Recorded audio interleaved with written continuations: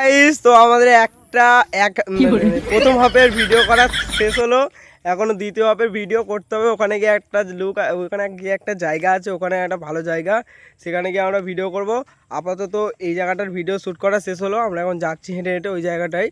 তো ওরা সাইকেল নিয়ে আসছে পিছনে, দেখো ওরাও ভিডিও করছে, সবাই মিলে ভিডিও করা হয়েছে। এখন ওই ভিডিওটা করে তারপরে মানিকা মন্দিরে যাব। মানিকা মন্দিরে যেতে এখনও আধ ঘন্টা সময় লাগবে, আধা ঘন্টার মতন, তারপরে গিয়ে সবাই সেখানে দেখা যাবে। গাইস আমাদের দ্বিতীয় হাফেরও ভিডিও করা কমপ্লিট হয়ে গেছে, এখন ফটো শ্যুট চলছে, এরা এখন ফটো শ্যুট করছে, আর আমরা এখানে এসে এখন আমি দেখাচ্ছে। আর আমি এখন একটা ছোটো মতন ব্লগ বানিয়ে নিচ্ছি, শুধুমাত্র সব ফটো তুলছে। ভিডিও তো আমাদের কমপ্লিট হয়ে গেছে, আমি এখন লোকেশের জামাটা সেই পরেই আছি, খোলা আর হয়নি। এবার আমরা মানিকা মন্দিরে যাব। চলো মানিকা মন্দিরে গিয়ে তোমাদের ভালো করে মন্দিরটা আগে প্রদর্শন করাবো, চলো বাই। হ্যালো গাইস, আবারও চলে এসেছি আমরা সেই মানিকা মন্দিরে। পিছনেই দেখতে পাচ্ছ ওইটা হচ্ছে আমাদের মানিকা মন্দির, ওখানেই আসার কথা ছিল, তো এসে গেছি, সবাই চলে এসেছি। আর ভিতরে গিয়ে দেখাবো, ভিতরে হয়তো কথা বলতে পারবো না, আস্তে আস্তে যা ভিডিওতে থাকবে ওই দেখবে। তো তারপরে আমি বাইরে গিয়ে আবার কথা হচ্ছে, দেখি কি করা যায়।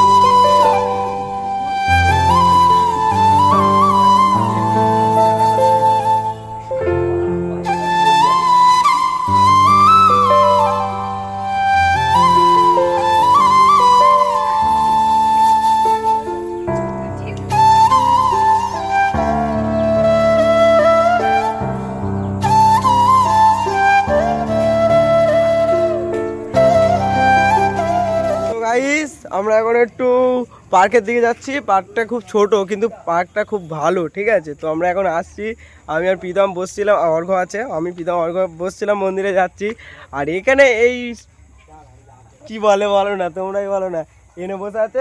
আর সেখানে শুয়োর দুটো দেখো কোথায় উঠে কালো হয়ে আছে, অন্ধকারে বোঝা যায় না, এত কালো, ঠিক আছে। ফোচকাদের মতন খেলা করছে, আর সেও উপরে উঠেছে, দীপকও।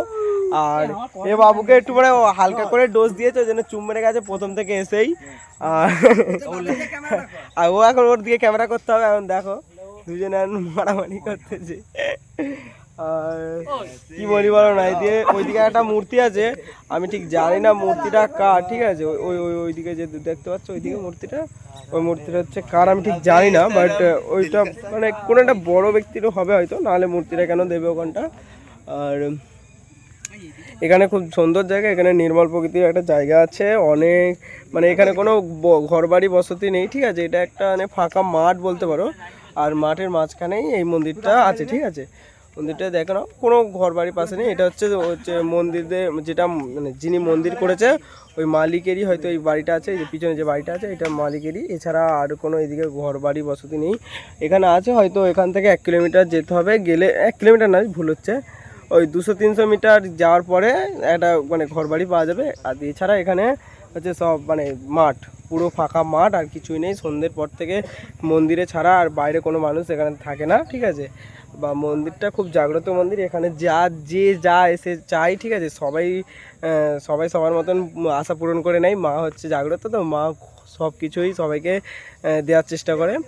তোমরাও আসতে পারো, দেখতে পারো। এটা হচ্ছে তোমার সরারহাট সবাই চেনো। সরারহাট থেকে ধরো 15 মিনিট, আমরা আসলে 15 মিনিটে সাইকেলে হয়ে যায়। এবার তোমরা হেঁটে আসলে আধ ঘন্টাও লাগতে পারে, আরও বেশি লাগতে পারে। আর হচ্ছে তোমার বাইকে এলে 10 মিনিটেও হয়ে যাবে, ঠিক আছে। তো এই মন্দিরে তোমরা আসতে পারো।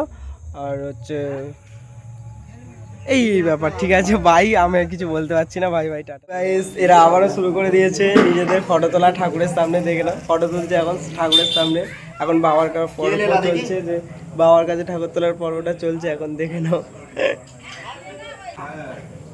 আমার সঙ্গে একটা বাবার ফটো দেখে নাও গাইস।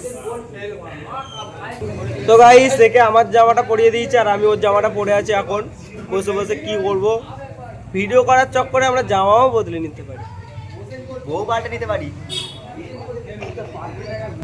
সো গাইস, এই ছিল আমাদের সেই মানিকা মন্দির, যেখানে আমরা প্রতিদিন, মানে প্রতিদিন নয়, মানে প্রতি মাসে মাসে একবার দুবার হলেও আসি। আর মানে মোটামুটি ভালো লাগে, একটা টান আছে তো মায়ের প্রতি। টান নয়, মেয়ের প্রতি। বাবা, মেয়ে একদমই নয়।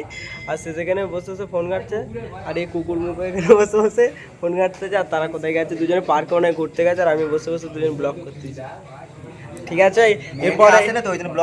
এরপরে আমাদের একটা প্রোগ্রাম আছে, যদি ফুচকা খেতে যাই। গাইস, আমাদের এখানে 10 টাকার 13 টাকার ফুচকা দেয়, তো ওই প্ল্যান আছে যাওয়ার। এবারে এরা যদি যাই মনে করে তাহলে যাব, আর না হলে বাড়ি চলে যাবো, কিছু করার নেই। কিন্তু বেশিরভাগ আমার 90% মনে হয় যাবে। তো সেখানে গিয়ে আবার দেখা হবে। 10 টাকার ফুচকা 13টা। তো তোমরাও চলে আসতে পারো, অনন্তরামপুরে আসতে পারো, ঠিক আছে গাইস।